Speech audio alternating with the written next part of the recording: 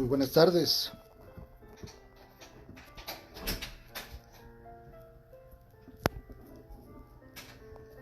Muy buenas tardes a todos los integrantes del grupo Aprendiendo Derecho. Quiero saber si antes de empezar la videoconferencia ya estamos conectados para poder dirigirme a todos ustedes a través de este importante grupo Aprendiendo Derecho. Si alguien me indica, por favor.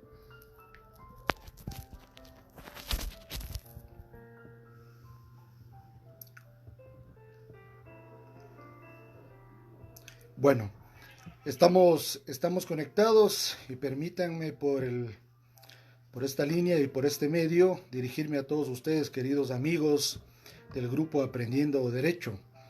Para mí constituye un verdadero honor dirigirme a todos ustedes, distinguido y deleitos amigos de Aprendiendo Derecho. Soy el doctor Pablo Ojeda Sotomayor, trabajo en la provincia de Los Ríos. Ya nuestro amigo Joseph Mendieta ya lo hizo en una previa anunciamiento hacia el suscrito, y consecuentemente vamos a dar inicio a esta videoconferencia que la he titulado La prueba y las excepciones en el Código Orgánico General de Procesos. Y para hacerlo un poco más didáctico al asunto de esta videoconferencia, voy a empezar partiendo por dos cosas muy importantes que yo he visto de relevancia para que esto pueda funcionar. Es decir, quiero que de esta manera ustedes entiendan el por qué tuvo que nacer el Código General de Procesos, denominado COGEP, y consecuentemente por qué el Código de Procedimiento Civil, que estaba vigente en este país hasta más o menos el año 2014. Y consecuentemente, para mí, la ponencia voy a basarla sobre la prueba y cómo se llevaba la prueba en el Código de Procedimiento Civil y cómo es que ahora se lleva la prueba en el Código Orgánico General de Procesos.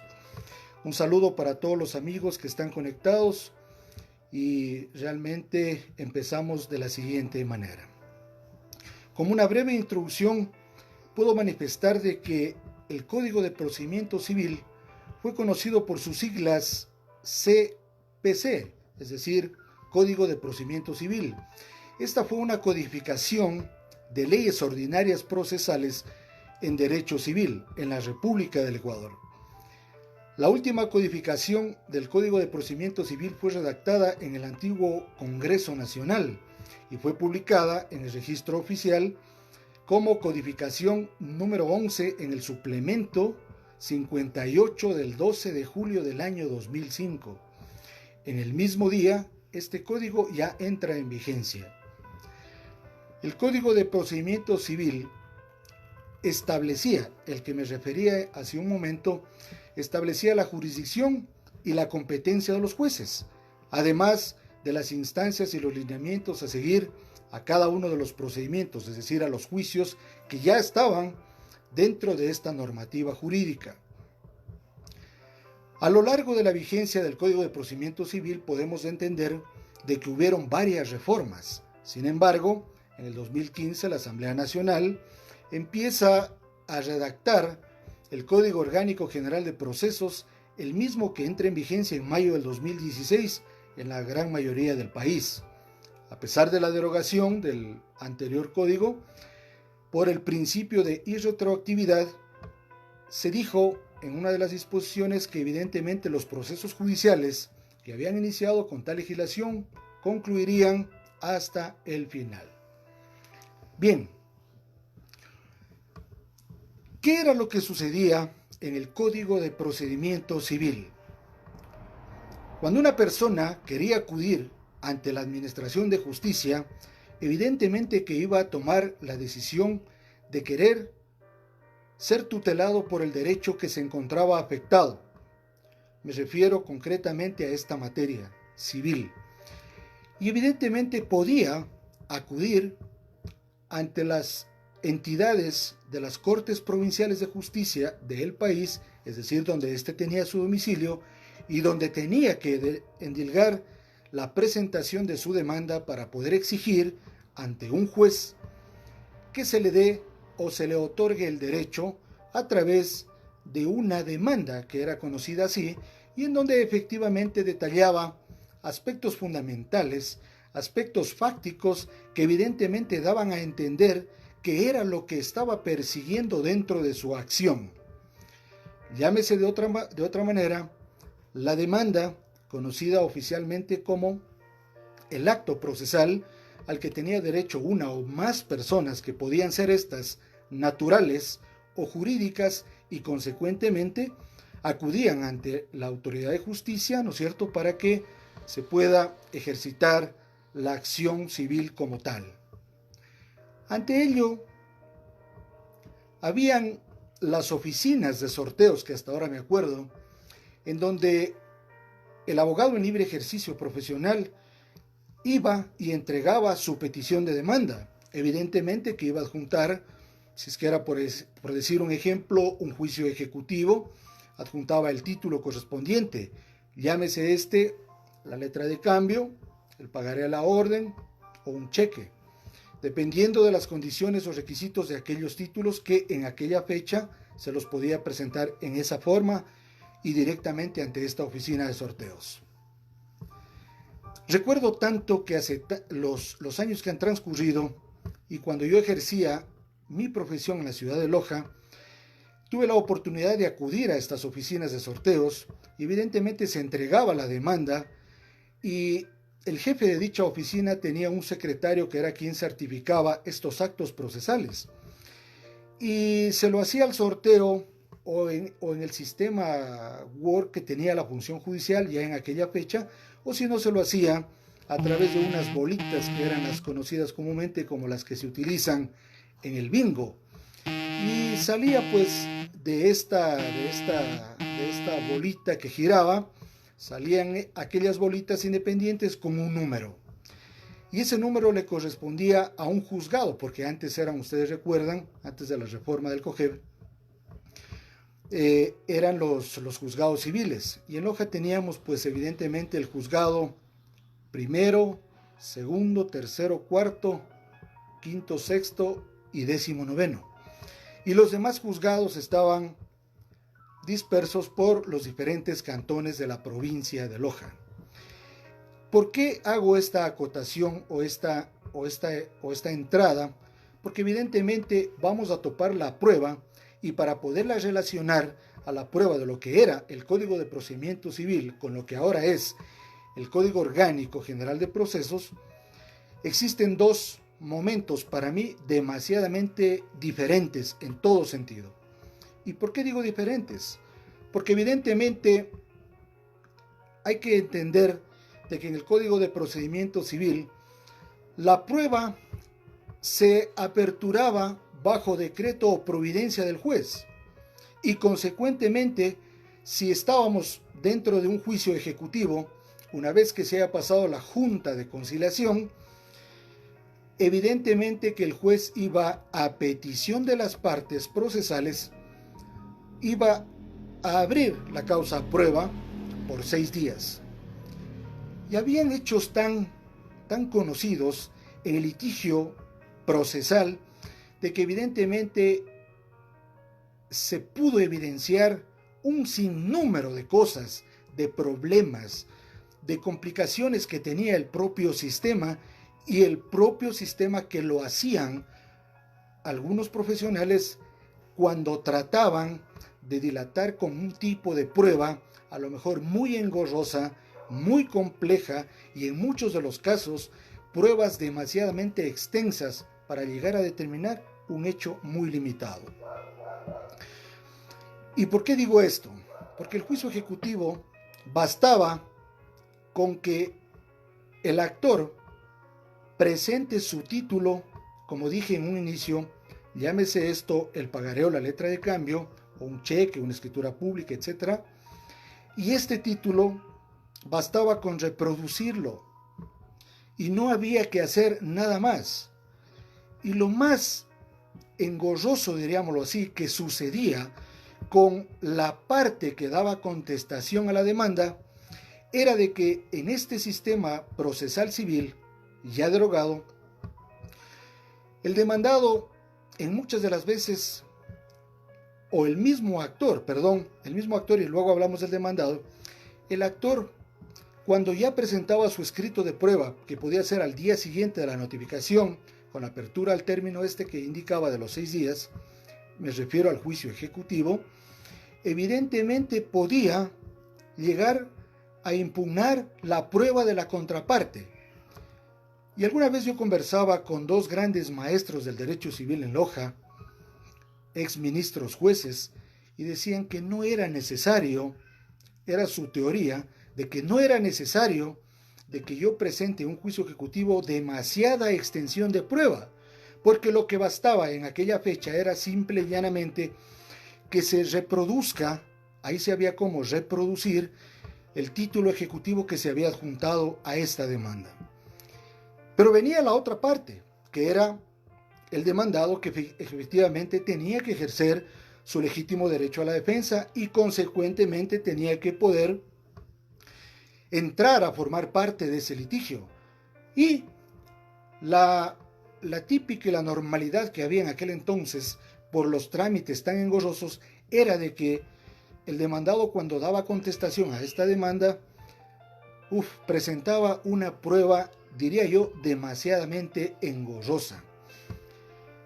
Si de pronto quería alegar que la firma y rúbrica que estaba en la letra de cambio o en el pagaré a la orden no le correspondía, podría solicitar la diligencia pericial. Y entendamos claro que tanto en el procedimiento civil como en este Código Orgánico General de Procesos, tenemos 3 tipos de prueba, ¿no es cierto? La prueba documental, la prueba testimonial y la prueba pericial. Y en el procedimiento civil era tan tedioso ver cómo se dilataba mucho los procesos. Inclusive habían estas benditas confesiones judiciales, hoy en el COGEP se denomina la declaración de parte. Y estas confesiones judiciales no eran más que otra cosa que presentar en la prueba correspondiente un sobre cerrado con un sinnúmero de preguntas, las cuales tenían que ser calificadas de constitucionales o no por el juez que tenía a cargo o conocimiento suyo esa causa. Y todo esto era tan engorroso que en definitiva podía determinarse de que la prueba para un juicio tan pequeño como era de un título ejecutivo se podía transformar en un juicio de muchos años. Y no olvidemos que estos han sido los problemas detonantes, pienso yo, para que la Administración de Justicia haya tomado decisiones serias y pueda darle un giro a la Administración de Justicia como tal, es decir, a la forma de poder reducir la exageración de tiempo que había y el irrespeto de los términos que habían en el Código de Procedimiento Civil. No obstante a ello, volviendo al tema de la prueba, como decía, con la confesión judicial, los pobres secretarios eran aquellos que en definitiva tenían que afrontar y asumir todas las responsabilidades de los juzgados civiles.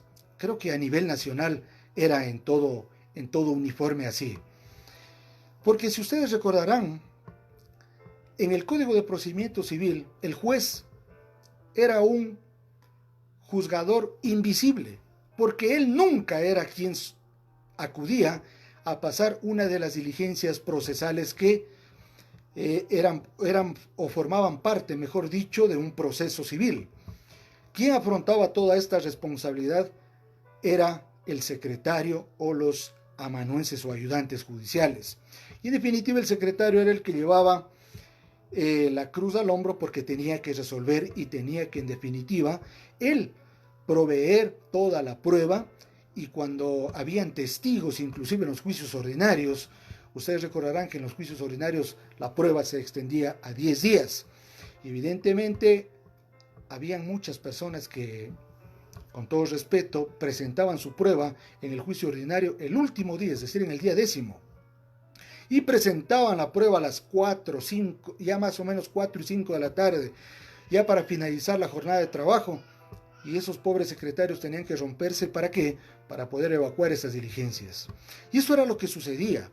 Entonces, en la generalidad teníamos la complicidad de que la prueba era demasiadamente exagerada, era demasiadamente tediosa y, por no decirlo menos, era tan engorrosa que nosotros mismos éramos las personas que a lo mejor éramos parte de ese sistema, y en ese sistema teníamos que elaborar. ¿Por qué? Porque así estaba predestinado. Como lo había leído en el anuncio de lo que yo había hecho en esta ponencia, claro queda decir que en definitiva, imagínense tener un código desde más allá de 40 años, en donde que no había las codificaciones suficientes y necesarias para que las cosas puedan funcionar de mejor manera. Es decir, ¿a qué me refiero? A que los procesos sean más ágiles, a que los procesos puedan ser más eficientes y pudieran tener la mayor cobertura de resoluciones que los juzgadores tenían que emitir. Porque miren ustedes, no me dejan mentir quienes han ejercido la profesión y siguen ejerciendo la profesión de abogados en el procedimiento civil, se daban cuenta, porque yo también pude ser parte de ese sistema, de que evidentemente para conseguir una sentencia en un juicio ejecutivo tenía que pasar muchos meses, mucho tiempo. En definitiva, el cliente podía hasta cambiarlo al abogado que patrocinaba dicha causa, porque el muerto se lo echaban al propio abogado diciendo de que había una negligencia total, de que había un retraso en la forma en cómo no se puede obtener un resultado positivo de los jueces, y consecuentemente no se daban cuenta los usuarios de que el aparataje estaba diseñado desde ese punto de vista, porque el código era un libro, diríamoslo así, demasiadamente viejo y complejo. Entonces, eso era lo que venía sucediendo en el Código de Procedimiento Civil, y consecuentemente eso había ocasionado y ocasionó muchísimos problemas para el gremio de profesionales en todo sentido. Es más, para los mismos administradores de justicia, porque había, o sigue creo que habiendo todavía, cargas demasiadamente exageradas de procesos que están todavía a lo mejor con o sin resolución, pero que están ahí para ir saliendo de acuerdo a las prácticas que se vienen ejecutando a diario en la función judicial. Con ello no quiere decir que yo esté atacando a ninguna persona, sino que estamos haciendo un resumen para poder entrar a ver lo que es ahora la prueba y cómo es la agilidad, obviamente no en todos los estamentos judiciales, pero creo que en la gran mayoría se lo ha podido presenciar o evidenciar desde ese punto de vista. Ahora bien, como decía, el demandado tenía esa facultad para poder ejercitar ese derecho de defensa, y consecuentemente cuando lo hacía con la finalidad de que se dilate ese proceso, y tenía que estar presentando una serie de escritos que iban al juez para que estos sean proveídos, y consecuentemente el resultado era la demora que había en esta tramitación, porque las pruebas eran demasiadamente, como lo dije, exageradas, extensas, y en muchos de los casos eran engorrosas. Entonces ello quiere decir que el Código de Procedimiento Civil, por no haber tenido una cobertura pronta, es decir, que haya sido reformado en definitiva o codificado para que tenga una mejor aceleración en el despacho, en el trámite de las cosas, a lo mejor dio luz verde para que suceda la transformación de la justicia en este país. Ahora bien, veíamos en el Código de Procedimiento Civil que existía una gran diversidad de procesos, o mejor dicho, de juicios, y había un sinnúmero de juicios que cada uno de ellos tenía sus fases procesales. Y yo me acuerdo que cuando se presentaban las demandas civiles, evidentemente había mucha demora en el despacho, y habían muchas cosas que a lo mejor disgustaban a la colectividad en general. Y esto era lo que a lo mejor dificultaba que las cuestiones vayan mejorando de una u otra manera para que los procesos mejoren en todo sentido. Entrándonos a la prueba, ya dentro de este procedimiento civil, veíamos que con la creación pues, del Estado en el Ecuador, ¿no es cierto? Y cuando esto se separa de la Gran Colombia en el año de 1830, se veía de que no existía una legislación rígida sobre el derecho procesal. De ahí que con el gobierno de Vicente Rocafuerte, en el año de 1835 se impulsaron las primeras normas que trataban sobre el denominado enjuiciamiento civil, un cuerpo legal que reunió varias de estas disposiciones para pasar posteriormente al año de 1846 y para que este cuerpo sea reformado para 1854. Nótese ustedes que dentro de la historia de lo que se puede ver del Código de Procedimiento Civil, el primer Código Procesal ecuatoriano fue expedido con el nombre de Código de de Enjuiciamiento en Materia Civil. Y este se inicia o se da con vida en el año de 1869 por una asamblea constituyente que redactó la octava constitución del país, denominada como la Carta Negra. Este código de 1869 estaba conformado por dos secciones. La primera, que tenía que ver con todo lo que es la jurisdicción civil, de las personas que la ejercen y de los que intervienen en los juicios. Y la segunda, que era de los juicios como tal. Y así, hasta llegar al Código de Procedimiento Civil último, que en definitiva fue derogado en el año 2015 por mayo, en donde que ya entra en vigencia ciertos aspectos para en definitiva explotar su vigencia a partir del año 2016. Entonces noten ustedes de que evidentemente teníamos la prueba en el Código de Procedimiento Civil, que era una prueba demasiadamente extensa, amplia y exagerada. ¿Qué era lo que pasaba también en este Código de Procedimiento Civil? Yo pensaba y estaba analizando antes de que yo empiece a dictar esta ponencia, de que el Código Orgánico General de Procesos, ahora vigente, tiene muchos cambios, diríamoslo así. Y son cambios porque ustedes pueden notar la diferencia, como lo dije en un inicio, de que en el anterior sistema procesal civil, el juez no asomaba a ninguna diligencia procesal, salvo las que sí se podían dar, que eran las inspecciones judiciales. Y evidentemente ahí el juez sí era parte de la diligencia comercial, porque acudía al lugar in situ para poder verificar a lo mejor los fundamentos de la demanda y los objetivos de la pericia respecto de la inspección judicial. Por ejemplo, en el juicio ordinario de prescripción extraordinaria adquisitiva de dominio, evidentemente cuando una de las partes solicitaba probar ese ánimo de señor y dueño, como lo establece el artículo 715 del Código Civil y siguientes, ¿no es cierto?, se podía ver o colegir de que una persona que iniciaba este tipo de acción ordinaria por esta vía tenía que probar ese ánimo de señor y dueño y decir de que estaba en una posesión pacífica, tranquila, ininterrumpida, y consecuentemente el tiempo necesario que debía prevalecer para que pueda estar en esta posesión era de más de 15 años. Esta posesión tenía que ser notoria y pública, y evidentemente no tenía que estar embarazada por ningún otro acto posterior ni anterior.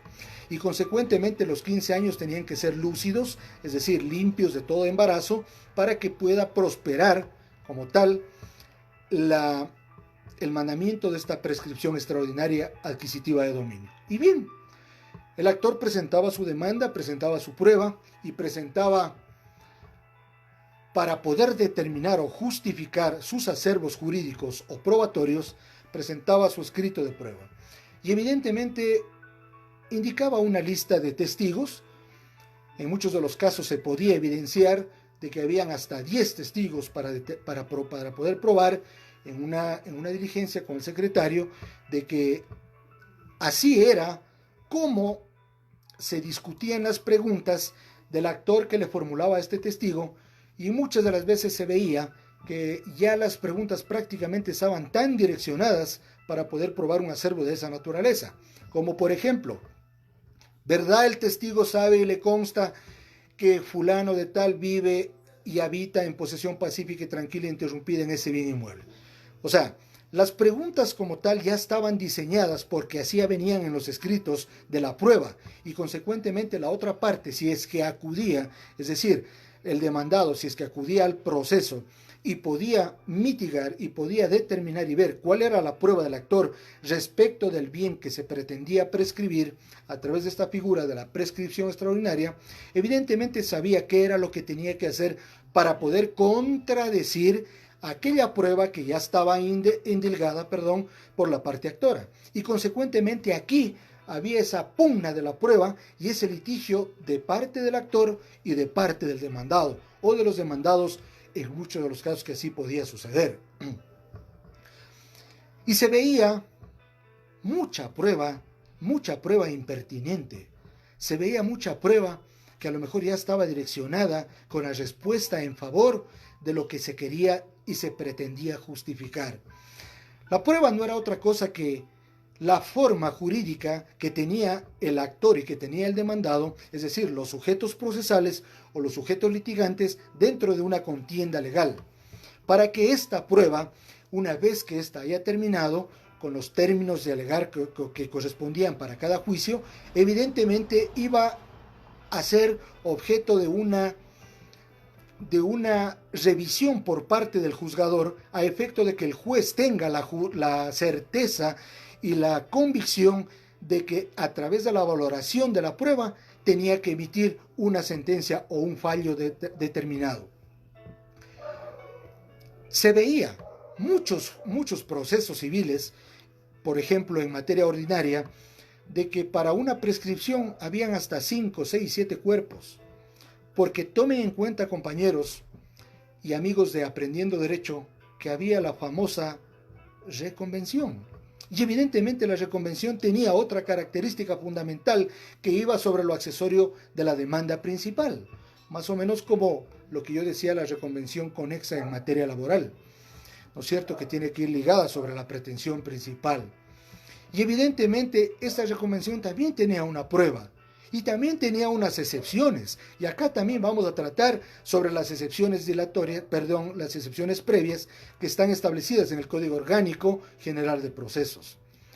Y esto ha permitido o permitía en el anterior sistema de que evidentemente la prueba, al ser tan exagerada, conllevaba a que estos juicios se reproduzcan en barbaridad. Es decir, a que estos juicios se incrementen en cuerpos y las foliaturas sobrepasaban las 400, las 500, etcétera, hojas para un juicio tan simple y sencillo como lo creo yo, que es la prescripción extraordinaria adquisitiva de dominio. He ahí notar entonces que los cambios, sí creo, han sido productivos en todo sentido, porque nos estamos apartando, o mejor dicho, nos hemos apartado de todo este andamiaje procesal civil que regía en este país sin las mejores codificaciones, o como hay criterios de compañeros y colegas jueces que dicen de que el Código de Procedimiento Civil tenía mejores derechos que el mismo Código Orgánico General de Procesos, y que a lo mejor en la parte dogmática estaba de mejor o tenía una mejor presentación respecto del ordenamiento de las normas para un proceso determinado. Bueno, son aspectos discutibles que se los puede sentar en la mesa del debate a efecto de poder establecer qué era lo bueno del procedimiento escrito y qué es lo bueno del sistema oral. Porque no, bueno, para ir por las fases correspondientes. Entonces, la prueba en definitiva tenía su pro y su contra, y la prueba, cada uno de los litigantes tenía que presentarla en la forma y manera en que tenía que hacerlo. Y noten ustedes algo más importante.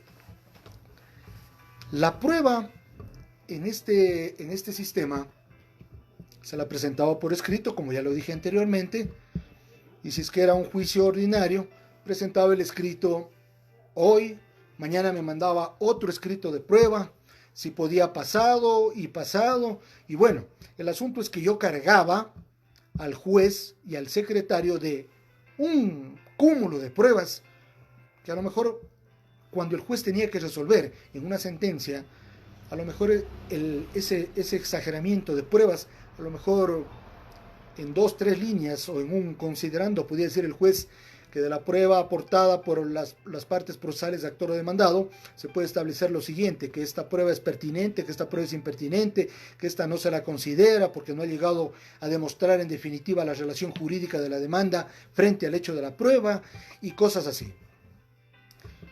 No había otra situación de poder litigar, porque en definitiva esa era la prueba que nos permitía ese Código de Procedimiento Civil. Lo que ahora ya tenemos otro tipo de prueba que ya la vamos a ir analizando poco a poco en esta videoconferencia. Las excepciones que había en el Código de Procedimiento Civil eran las típicas que se utilizaban para todos los procesos.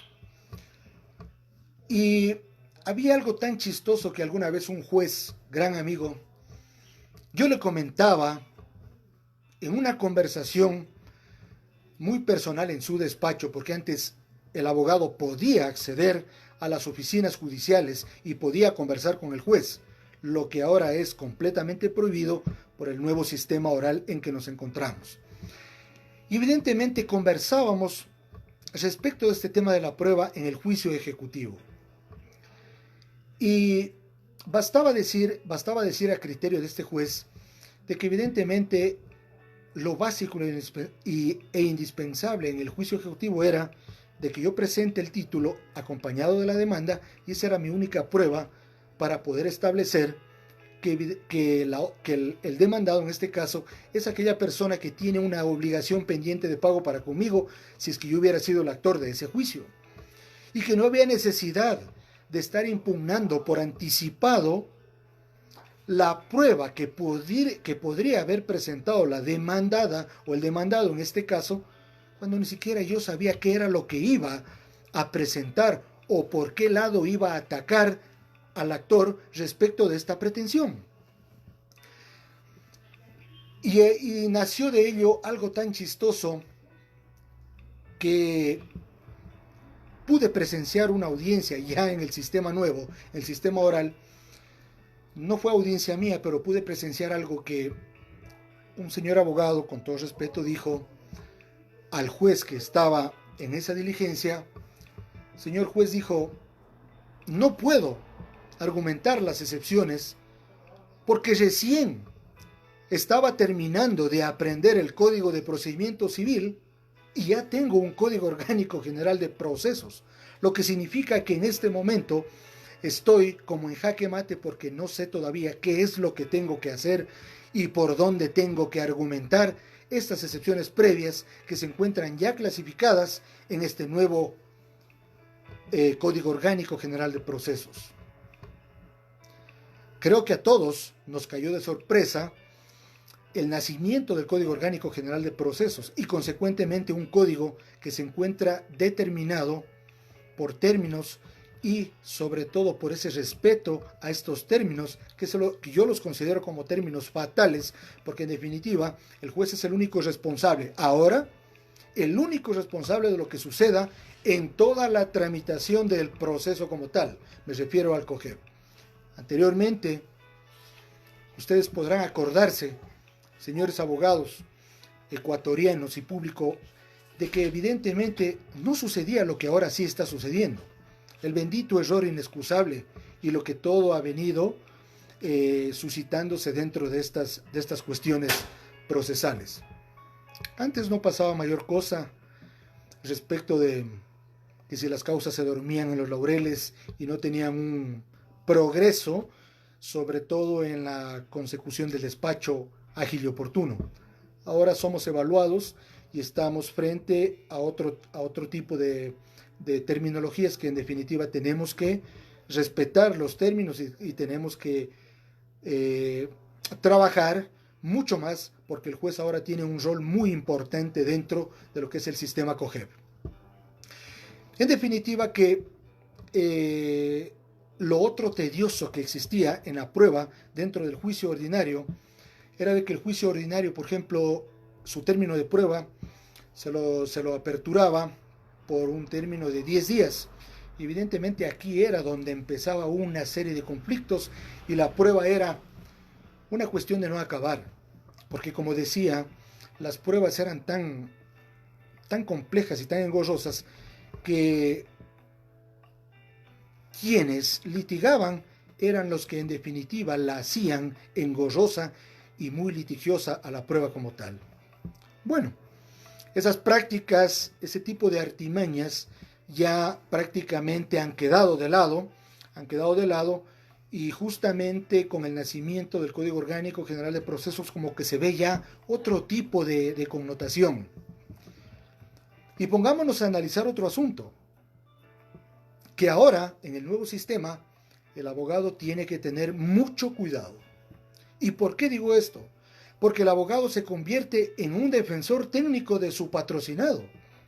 Y el abogado tiene que tener certeza y conocimiento de causa sobre los hechos y los actos de proposición que va a poder discutir en una audiencia frente a un juez. Porque en el procedimiento anterior, el abogado ni el juez no tenían contacto. ¿Quién pasaba a la Junta de Conciliación en el juicio ejecutivo? O en los juicios que tenían la prueba por 6 días. ¿Quién pasaba a la Junta de Conciliación? El secretario, los ayudantes, los amanuenses, hasta los pasantes. Ahora, toda la diligencia procesal la pasa el juez y todo queda evidenciado en un audio que son registrados por los medios magnetofónicos que el Consejo de la Judicatura ha brindado para que los operadores de justicia a nivel del país puedan registrar todas las actuaciones procesales y las mismas puedan ser revisadas por los superiores cuando existe a la finalización de un proceso una sentencia y que evidentemente esta va a subir por apelación, ¿no es cierto?, ante un superior y que a lo mejor ahí se va a revisar la constatación de ese audio para ver si es que se hizo todo lo que origina el verdadero respeto de los términos y el verdadero respeto del procedimiento como tal. No me queda la duda de que en el anterior procedimiento civil no había un control de calidad, un control de legalidad, es decir, no existía esa situación, porque en definitiva, como digo, las partes procesales eran los que sobresalían con su prueba, tanto actor, tanto demandado. Y en definitiva, este juego, entrego mi escrito de prueba, lo impugno por el demandado, lo redargullo por improcedente, lo impugno por obvias circunstancias, era un juego de lleva y trae la actuación procesal de los sujetos en este procedimiento. Y todo, recordarán ustedes, compañeros, que era bajo el principio y la modalidad escrita. ¿Qué era oral? Únicamente, me acuerdo, era oral y se resolvía en audiencia de conciliación el juicio ordinario de ínfima cuantía. Y ese era el único juicio que el juez estaba presente en muchos de los casos y en otros no, y ahí tenía que resolverse la carga de la prueba de las partes procesales y dictar una sentencia. Y ese juicio evidentemente que ameritaba un recurso de apelación, etcétera, cosas, por la condición de trámite ordinario, que en muchos de los casos se iba a la Corte Suprema en aquella fecha, hoy Corte Nacional de Justicia, a través del recurso de la casación. Y evidentemente eso era lo que sucedía. Pero ¿qué era lo más amargo del sistema procesal civil? Que en definitiva había una demora exagerada, los trámites no caminaban, los procesos eran demasiadamente largos, los procesos eran sumamente tediosos, eran sumamente lacerantes, porque en definitiva quien ejercía la profesión vivía de eso. Y quien ejercía la profesión tenía que luchar todos los días. Yo me acuerdo, presentando escrito tras escrito para que se le provea la apertura de un término de prueba. Y aquí empezaba el otro problema, lo que había dicho en un inicio, la carga procesal de esa prueba cómo tenía que haberse evacuado. Y esa prueba, en definitiva, eran los dolores de cabeza de todos los días de los funcionarios judiciales, porque ellos eran los que tenían que proveer todas aquellas diligencias que en muchos de los casos, como lo decía, no tenía razón de ser, porque eran pruebas demasiadamente impertinentes, pruebas que no tenían luz de verdad, porque en muchos de los casos se veía una demanda de este hecho y la prueba se direccionaba por otro hecho. Es decir, que no había un norte y un sur para poder determinar qué es lo que yo necesito probar para que ese juez aplique ese principio no bis incuria, para que evidentemente, conocido en el ardor del latín, dame el hecho para darte ¿qué? El derecho. Entonces, cuando tú das y tienes un derecho justo y tutelado, de acuerdo al respeto de los principios de la Constitución, evidentemente estás frente a un organismo judicial correcto. Pero aquí viene otro asunto. En el litigio vamos a tener una persona que sale sonriente y que lo felicita al juez y que es capaz de botarle flores en los pasillos de audiencias a los jueces cuando tienen una sentencia favorable.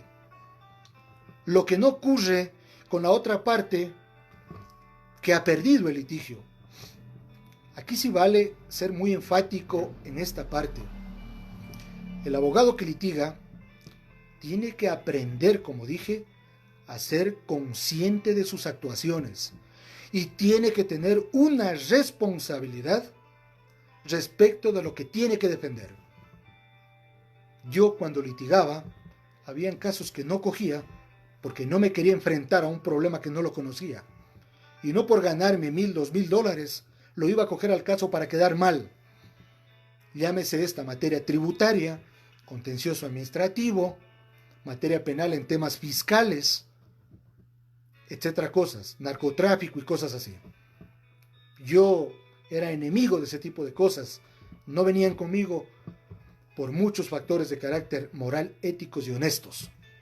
Y en definitiva, es que sí podía litigar en otro tipo de aspectos y ambientes que a mí me gustaban, donde que yo podía reaccionar frente a mis capacidades y frente a lo que se podía litigar. Ahora bien, la realidad era ella, porque en definitiva, el que perdía, antes por lo menos, no se veía o no se escuchaba mucho que la queja y la queja y la queja. Ahora todo es queja.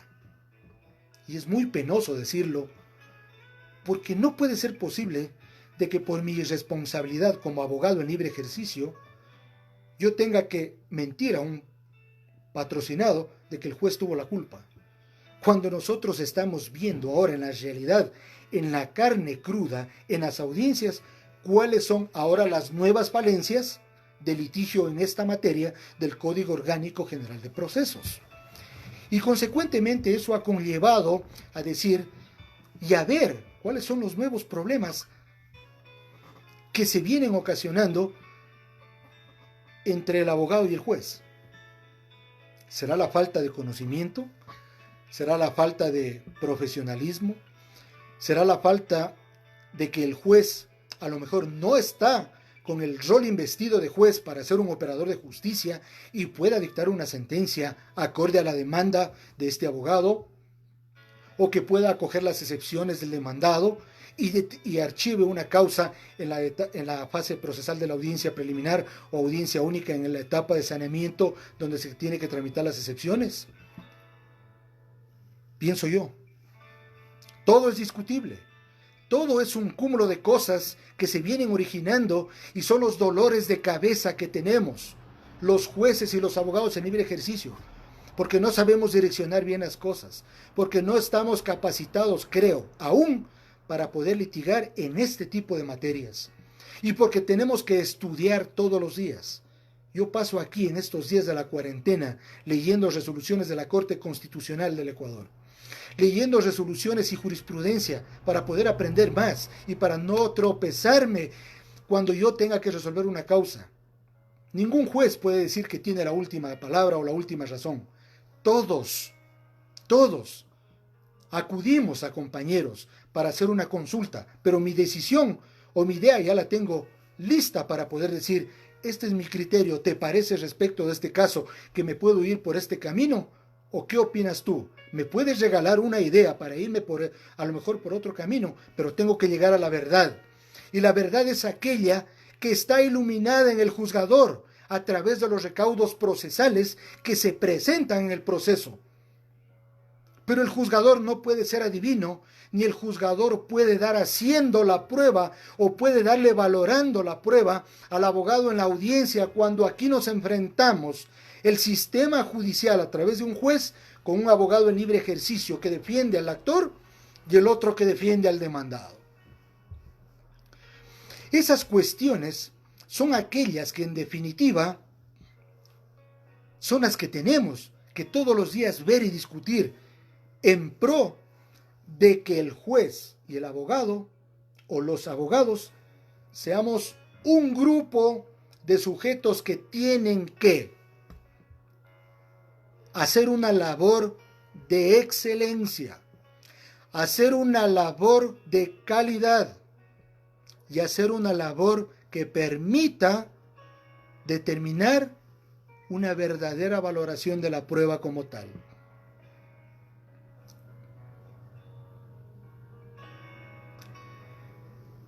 Y para ir contestando las preguntas que veo en este audio, ya lo voy a ir haciendo poco a poco y conforme me vaya alcanzando el tiempo, siempre y cuando no haya ninguna interposición por parte de los compañeros de Aprendiendo Derecho, si es que a lo mejor me extralimito en el tiempo porque realmente no voy ni una cara de lo que había preparado hablando en este sistema. Y tengo aquí como más de 40 láminas para hablar, pero apenas voy en la primera y esto es lo que estoy hablando prácticamente para ustedes, amigos. A lo mejor lo otro será materia de otro foro, otra videoconferencia, si es que así lo permite el doctor José Mendieta y los compañeros del grupo. Y bueno, para no desfasarnos. Entonces decía que ya entrando netamente ahora sí a lo que es el Código Orgánico General de Procesos, los papeles se invierten fundamentalmente. En primer lugar, debo de manifestar que el Código Orgánico General de Procesos ahora encierra a 5 grupos de juicios, ¿no es cierto? Tenemos el juicio ejecutivo, el juicio monitorio, el juicio voluntario, el sumario y el juicio ordinario. Pero también yo veo aquí, y estaba leyendo en algún documento de la Corte, que no solo considera al juicio de ejecución como un proceso. Y a mi entender, es un juicio que está determinado en la legislación nueva del sistema oral.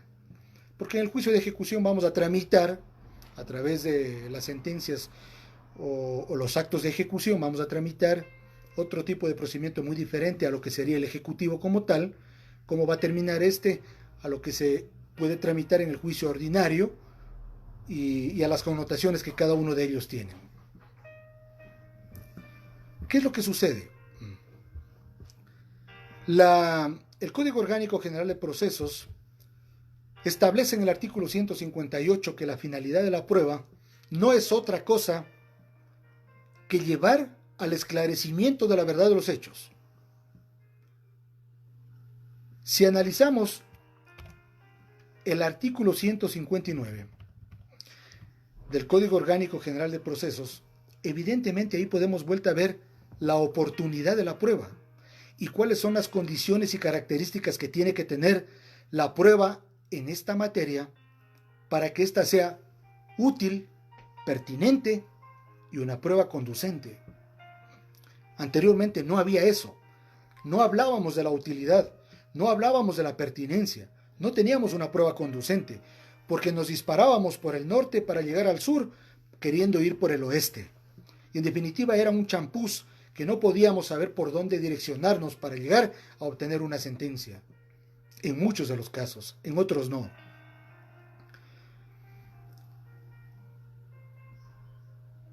El tema está en que la prueba ahora tiene una, diríamoslo así, tiene una característica principal y muy evidente, que es que ahora tengo que presentarla en la demanda. Y cuando la presento a la prueba en la demanda, evidentemente la norma me dice que, me refiero en el artículo 159, y que les voy a dar lectura para que haya un poquito de mayor claridad sobre lo que se dice y lo que se puede leer, y para que no haya dudas al respecto. Y vemos que, en primer lugar, la demanda tiene que cumplir los requisitos del artículo 142. Y cuando hablamos de la prueba, nos vamos a ir directamente al artículo 159. Y dice lo siguiente, y esto sí lo voy a leer. No me gusta leer mucho, pero esto sí lo voy a leer. Oportunidad. La prueba documental con que cuenten las partes o cuya obtención fue posible se adjuntará a la demanda. Contestación a la demanda, reconvención y contestación a la reconvención, salvo disposición en contrario. La prueba, el inciso siguiente dice, la prueba a la que sea imposible tener acceso deberá ser anunciada, evidentemente que sí. Y aquella que no se anuncia no podrá introducirse en la audiencia con las excepciones previstas en este código. He revisado la ley reformatoria de junio del 2019 y evidentemente se puede establecer que el único momento oportuno para que una persona en calidad de actora presente la prueba es en el momento en que adjunta la demanda. Ahí va a presentar su prueba. Entonces, la demanda no es otra cosa que el hecho fáctico, o conocido como un acto de proposición, y esta demanda tiene que ser probada y justificada. ¿Con qué? Con esa prueba. Y esa prueba documental es aquella que me va a determinar a mí como juzgador poderla valorar y aplicar un principio muy lógico, que es la sana crítica y la valoración de la prueba en su conjunto, para poder dictar una sentencia que sea acorde a lo que tengo en el proceso. No puedo dictar una sentencia por gusto o disgusto, por enemistad de un abogado, jamás. El juez es completamente neutral. No puede hacerse ni al actor ni al demandado. El juez tiene una moral, tiene un deber. Es un operador de justicia y no es un payaso de las partes procesales. El juez es aquel operador de justicia que tiene que saber conducir la prueba, tiene que saber conducir la audiencia y tiene que saber conducir y respetar los momentos procesales que se encuentran abocados en este Código Orgánico General de Procesos. Desde otro punto de vista, si yo no presento la prueba en la demanda, ¿qué voy a justificar? Y ahí viene la otra parte. El demandado, cuando es citado en el juicio que sea, va a tener un término para contestar su demanda. Ejemplo, juicio ejecutivo. He citado Juan de los Palotes en calidad de demandado el día de hoy en forma personal. A partir del día de mañana tiene 15 días de término para dar contestación a la demanda ejecutiva. ¿Y cómo va a contestar esa demanda ejecutiva? La va a contestar aplicando dos normas de este Código Orgánico General de Procesos. En primer lugar, el artículo 151, que tiene que ver con la forma de contestación a la demanda, 151, y el artículo 152 que tiene que estar directamente relacionado para que la contestación tenga los mismos requisitos de la demanda inicial. Y es más, dice la ley que tiene que acompañar todas aquellas excepciones que la ley le asiste y la prueba correspondiente. Y lo voy a decir desde el punto de vista de la lectura de la norma como tal, para que esto quede más claro y no suelto. Artículo 151, capítulo 2, contestación y reconvención. Dice así: forma y contenido de la contestación. Primero, la contestación a la demanda se presentará por escrito y cumplirá en lo aplicable los requisitos formales previstos para la demanda. Es decir, que me voy a la norma del 142, que ahí están todos los requisitos, los 13 requisitos, para poder hacer mi contestación a la demanda. Y si voy a reconvenir, tengo que hacerlo como una nueva contrademanda. No es factible decir que reconvengo a Juan por este acto. Tiene que ser en una demanda. Así lo ha establecido la Corte Nacional de Justicia en varias resoluciones. Hay fallos de triple reiteración de ello, y así lo han dicho y lo han ratificado los señores jueces provinciales de las diferentes salas del país. ¿Cuál es el objetivo del demandado para su prueba? Aquí viene lo siguiente que dice la norma. La parte demandada deberá pronunciarse en forma expresa. Escúcheme bien, demandado, en forma expresa sobre cada una de las pretensiones de la parte actora. Se ha visto juicios ejecutivos que el demandado dice: negativa pura y simple y llana de los fundamentos de hecho y derecho de la acción. Improcedencia de la acción. El título es falso. El título es nulo. Yo no he sabido que haya títulos nulos. No sé por qué es nulo. Que usted juez es incompetente, etcétera cosas. Las excepciones previas para el juicio ejecutivo están establecidas en el artículo 353, conocidas también por resolución de la Corte Nacional de Justicia como excepciones de fondo. Y dice la norma, estas son las excepciones que se van a proponer en el juicio ejecutivo.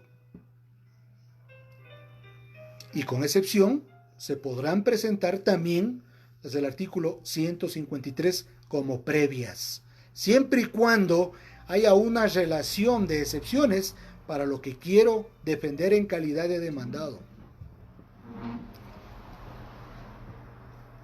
Y yo pregunto, la excepción derogada de negativa pura y simple y llana, que ya no existe, ya se terminó y no tiene por qué venir al nuevo Código Orgánico General de Procesos en la prueba y en la contestación, evidentemente no tiene por qué aparecer ahora, porque en definitiva ya no existe. He ahí que el juzgador en audiencia única, ¿qué va a tener que decir? Sobre la excepción planteada por el demandado, referente a la negativa pura y simple y llana, esta ya no existe en el ordenamiento jurídico, ha sido derogada y por lo tanto las excepciones para este juicio están establecidas en tal norma.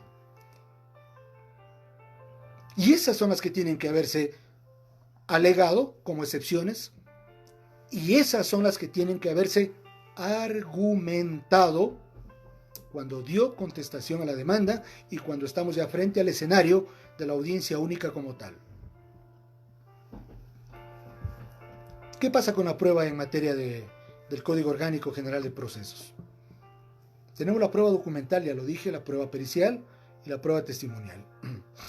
Voy a referirme al juicio ejecutivo y luego voy a referirme al juicio ordinario, que son los más críticos y que tienen muchas connotaciones jurídicas, por lo que se ve en la prueba.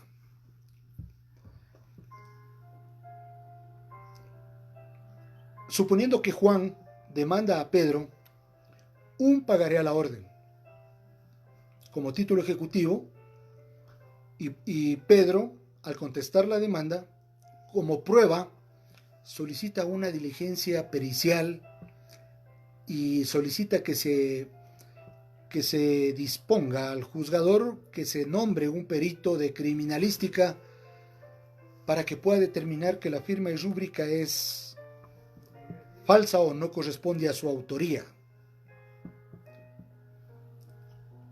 El momento es que esa excepción en la audiencia tiene que ser debidamente argumentada, porque él la está alegando. Y en ese momento, la otra parte, es decir, el actor, quien es el dueño del título, tendrá que refutar y tendrá que contradecir esa prueba. Es decir, que no basta con que yo la alegue y la vuelva a ratificar en la audiencia en forma oral ante un juez y me quedo contento con ello. Mi actuación no estaría correcta, porque yo tengo que destruir el acto de proposición o la demanda con mi excepción y con mi prueba. Y la prueba tiene que ser demasiadamente útil, pertinente, eficaz y conducente. El eficaz le pongo yo porque tiene que ser eficaz. Tiene que ser una prueba que realmente llegue al juzgador a convencerlo de que esta naturaleza de esta acción no es la que se la pintó en un primer escenario, y con esta excepción sí puede dar resultado a que se la desecha la demanda por A o B circunstancia. Además, es importante hacer conocer que las excepciones para el juicio ejecutivo, ya dije, están establecidas en el artículo 353, y yo veía un caso, no mío, veía un caso de que, por ejemplo, se alegaba esto que les estoy diciendo, con negativa pura y simple de los fundamentos de hecho y derecho, y que existe falsificación del título ejecutivo. Si usted revisa la norma del 353, no existe esa excepción, existe título no ejecutivo. O a lo mejor yo pienso, quiso decir la falsedad ideológica, que puede ser material o formal, y consecuentemente por ahí quiere destruir el título con ese tipo de argumentación jurídica. Pero uno tiene que examinar la demanda y tiene que examinar la contestación de la misma y la prueba, porque el juez baja a un escenario y baja a enfrentarse a dos posibilidades. La una que puede ser positiva, que me refiero al actor, y la otra que puede ser negativa, me refiero al demandado, o viceversa. Han sucedido casos que la demanda es esta, la contestación de la demanda es esta de acá, y resulta que las reglas de juego se invirtieron. Porque a lo mejor el actor no pudo sostener el principio de su demanda y el demandado sí lo pudo hacer. Es decir, que tuvo una mejor preparación académica y en la forma de cómo tenía que defender ese caso frente al hecho determinado de la demanda principal. Entonces se puede invertir esta situación y evidentemente puede darse lo otro, que el demandado gane el juicio porque el actor no pudo sostener su teoría. O en muchos de los casos que se ha visto que el actor presenta la demanda y no comparece a la audiencia. ¿Qué pasaba en el procedimiento civil? Una junta de conciliación se la señalaba hasta 30 veces, porque el actor no podía ir, o tenía otra diligencia, o tenía esto, pero nunca pasaba nada. Entonces el demandado dilataba tanto el juicio que ni siquiera habían sanciones por ese tipo de dilaciones, por ese tipo de artimañas que se daban en ese procedimiento civil. Ahora, y hay otra cosa que creo que nos causó susto a todos, incluidos los operadores de justicia. Tanto el Código Orgánico de la Función Judicial prevé las sanciones a los profesionales que no acuden a una diligencia. El Código Orgánico General de Procesos igual ya lo establece, lo tiene determinado, que tiene que aplicarse las sanciones correspondientes. Y evidentemente, imagínense una sanción de hasta 2 salarios básicos de la remuneración de un trabajador en general. Yo creo que a cualquiera que nos tope en el bolsillo con una sanción de esa naturaleza por parte de un operador de justicia ya nos va a hacer pensar 2 y 3 veces para tratar de ver y justificar que a lo mejor a esa audiencia ya señalada yo tengo que ver la forma de que si no puedo ir por obra circunstancia, tengo que, en definitiva, no ser sancionado por ese juez, porque me pueden sancionar. Y es más, se puede derivar la sanción a la vía administrativa, es decir, al Consejo de la Judicatura para que ejecute ese acto. O sea que no es solo la sanción pecuniaria, puede ser también la sanción administrativa que se puede imponer. Y en fin.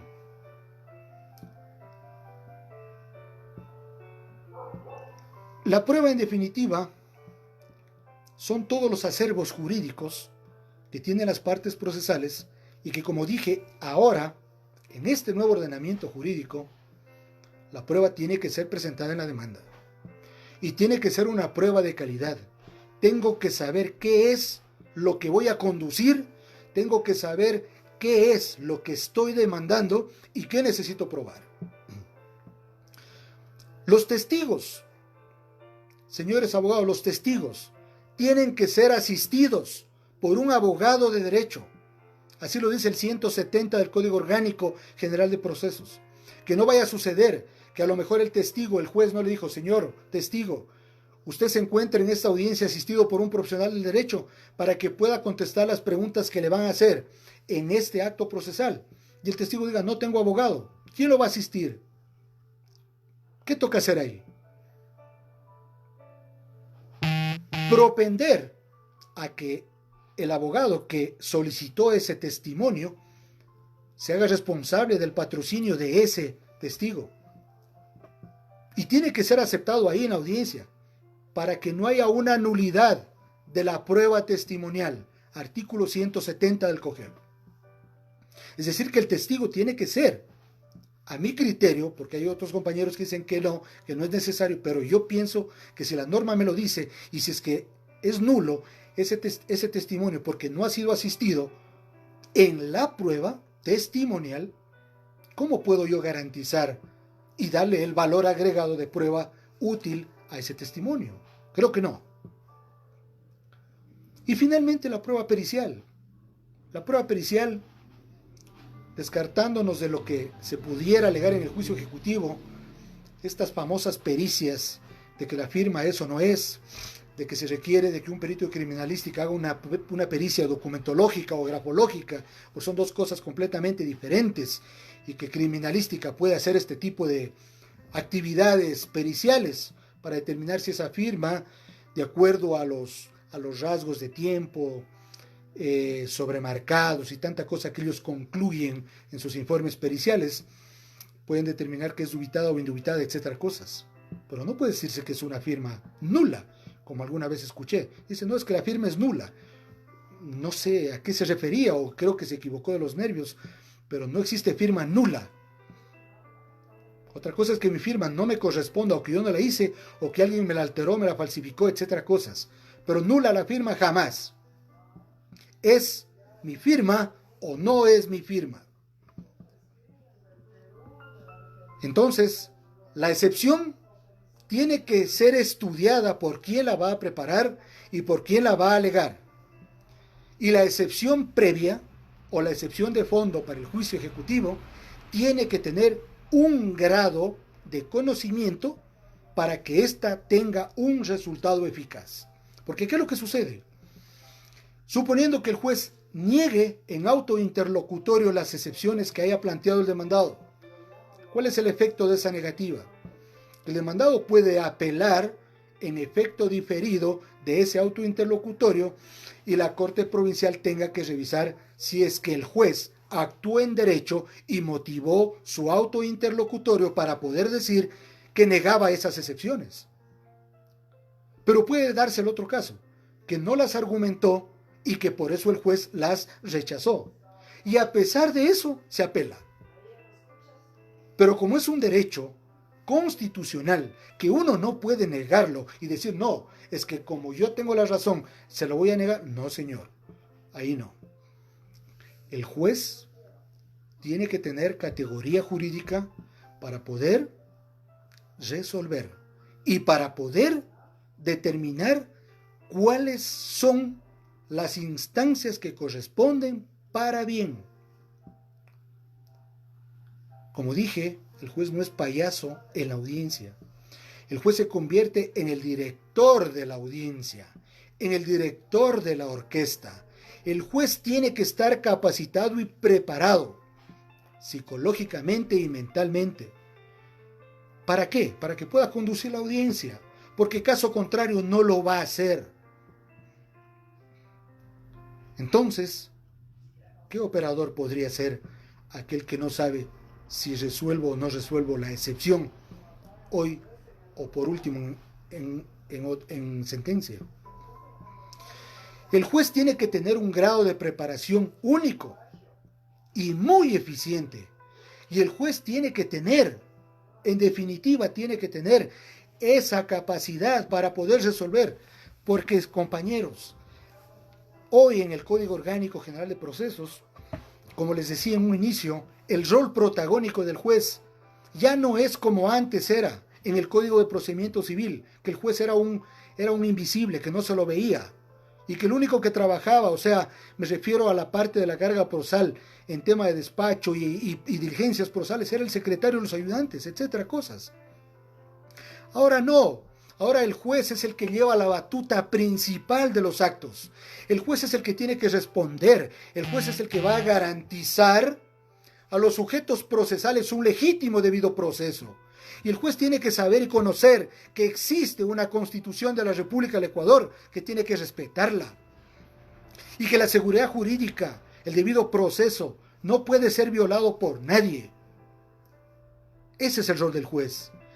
Es un juez protagónico que tiene otra connotación y que tiene que velar porque la audiencia sea llevada a cabalidad, con altura, con respeto, y que los señores abogados sean defensores técnicos de verdad, que sean defensores que pueden ejercer el dominio de un acto de proposición y el dominio de poder argumentar una excepción y una prueba.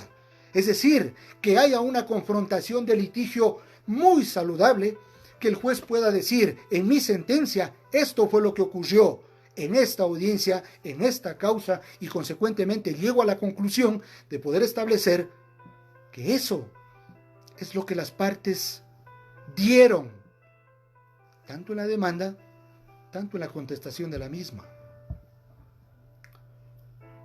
Entonces, creo que las reglas del juego cambiaron tanto, y yo sí digo a una esfera de 180 grados, porque el sistema oral, ustedes lo verán, todo es oral. Es más, ni siquiera el abogado puede leer,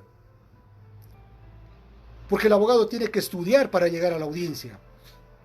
Las preguntas que va a hacer a un testigo el abogado tienen que ser orales, y el juez tiene que estar atento a ver si es que la pregunta es útil. ¿Para qué? Para que pueda el testigo contestarla, y para que el testigo no caiga en el problema de la confusión y pueda dar hechos que a lo mejor le ocasionen un delito de prevaricato por falsear la verdad. Es decir, el delito de falsear la verdad, que lo conlleve a ese ciudadano por hacerle un favor a una de las partes, a que un juez lo mande a enjuiciar penalmente por no decir lo que era. Y ojo, bajo juramento. Esto es lo más grave, de que el testigo rinde juramento ante un juez. Y ahí está apto para decir, de que el juez tuvo que sancionarlo por ese acto antijurídico que cometió en una audiencia.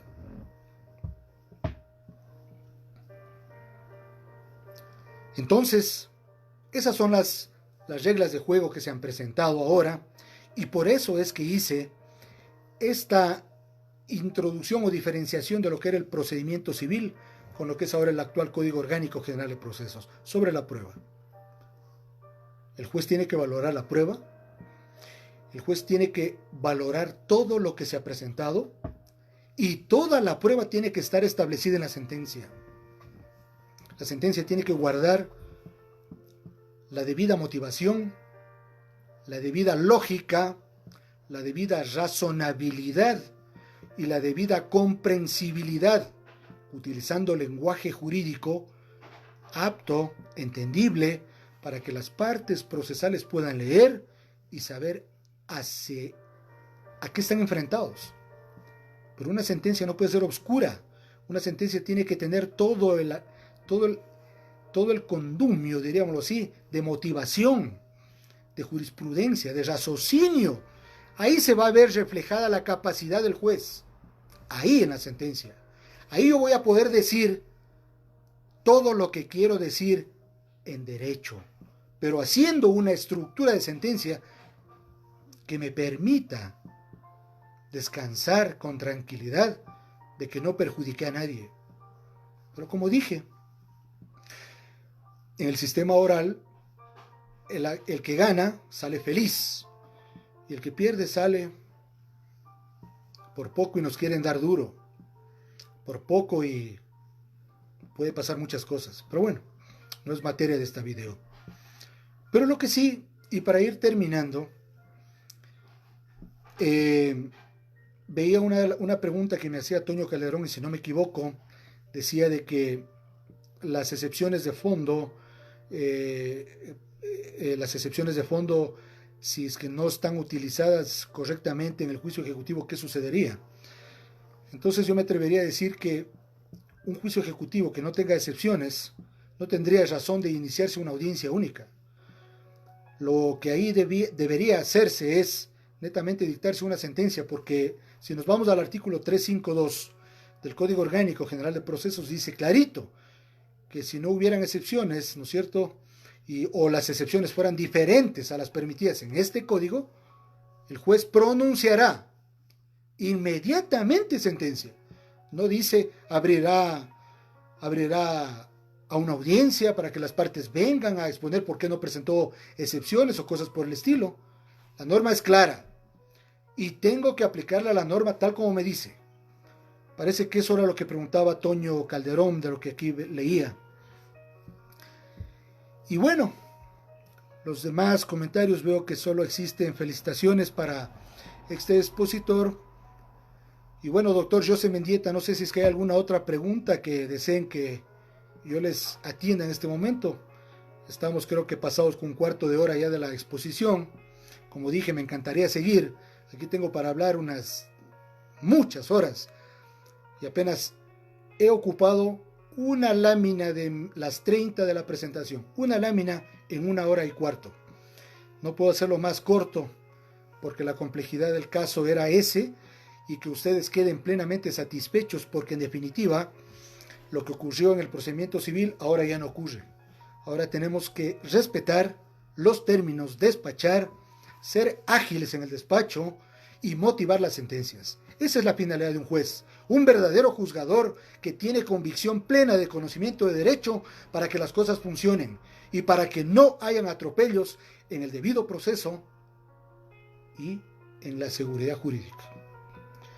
De mi parte, estimados doctores, abogados, alumnos, amigos, ecuatorianos, extranjeros que me están viendo internacionalmente, y a todas las personas que se pudieron conectar el día de hoy, quiero agradecerles enormemente, en especial al doctor José Mendieta, un compañero extraordinario y conocedor del derecho en su magnitud, un expositor a carta cabal, y a todo el grupo de derecho que forman parte de que estas videoconferencias puedan llegar a cada uno de ustedes en esta pandemia, en este estado de emergencia que vive el Ecuador, y que solo Dios puede ser el único ser supremo que puede dar un fin a esta pandemia y que todos salgan a trabajar, porque todos los ecuatorianos y todo el mundo necesitamos estar en las calles, en nuestros puestos de trabajo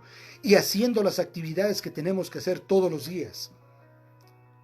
Y a los profesionales del derecho, que todos los días se preparen y luchen y estudien todos los días más, porque la única forma de conocer es leer y aprender. Y el decálogo del abogado dice: que el derecho se lo ejerce pensando. Mi agradecimiento, Joseph, a ti, a Juan Carlos Aguiar, a Manuel Arévalo, compañeros jueces de brillante trayectoria en la provincia de Los Ríos.